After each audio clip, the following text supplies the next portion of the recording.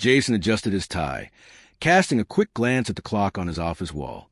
It was the final interview of the day, and he was more than ready to wrap things up.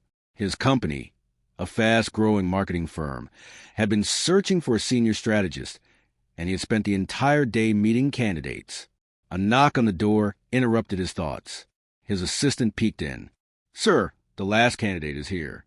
Jason nodded, flipping through the resume in front of him without much interest in the name.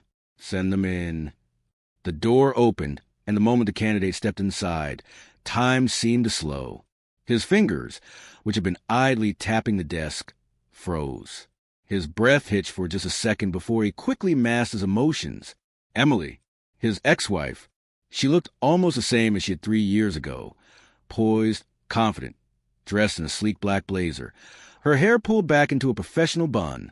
But the moment her eyes locked with his, the color drained from her face. The folder in her hands trembled slightly, and she took an uncertain step forward. Jason watched his emotions flicker across her features, shock, disbelief, and then sheer panic. He allowed her a moment to process the situation before finally breaking the silence.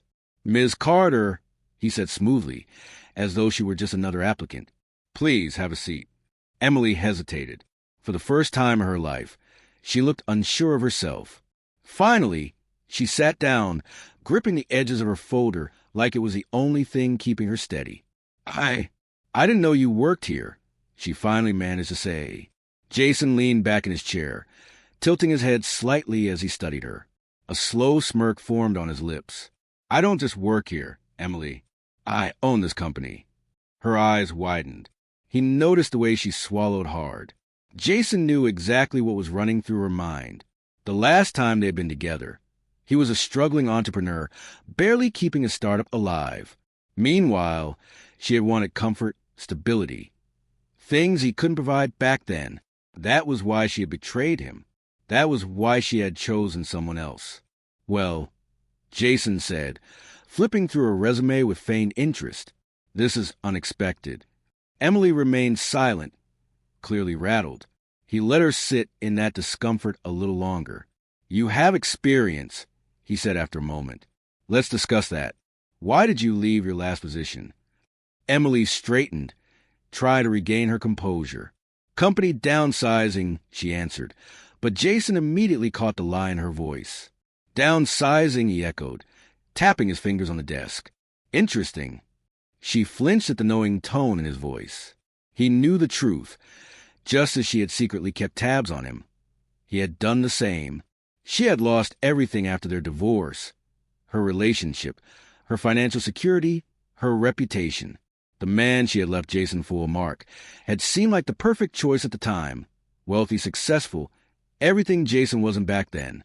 But once their affair turned into a real relationship, the illusion shattered. Mark was controlling, manipulative, and worst of all, unfaithful. By the time she realized her mistake, it was too late. Jason had moved on, and she had been left to pick up the broken pieces of her life. Now, sitting across from him, she fully understood how far he had risen, and how far she had fallen. "Jason," she whispered, her voice barely audible. "This isn't personal," he cut her off, his tone calm but firm. "This is business. And in business, trust is everything." Emily inhaled sharply, the weight of his words sinking in. She had broken his trust once, and now it was costing her an opportunity she desperately needed. Jason stood, buttoning his suit jacket, signaling the end of the interview. "I appreciate your time," he said, his voice polite but distant. "Good luck with your job search." Emily opened her mouth as if to respond, but then she closed it again.